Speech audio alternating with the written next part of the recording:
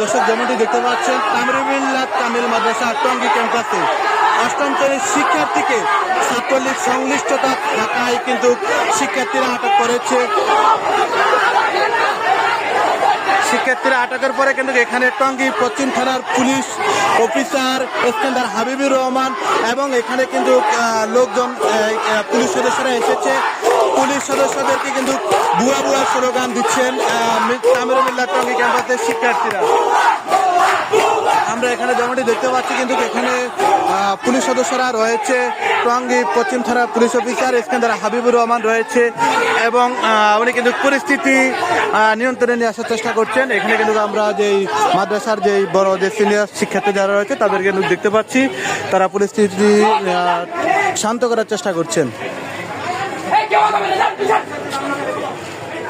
দর্শক আমরা যেমনটি জেনেছি এখানে কিন্তু ঠিক অষ্টম শ্রেণীর এক শিক্ষার্থী ছাত্রলীগ সংশ্লিষ্টতা থাকার কারণে কিন্তু শিক্ষার্থীরা তাকে আটক করেছে।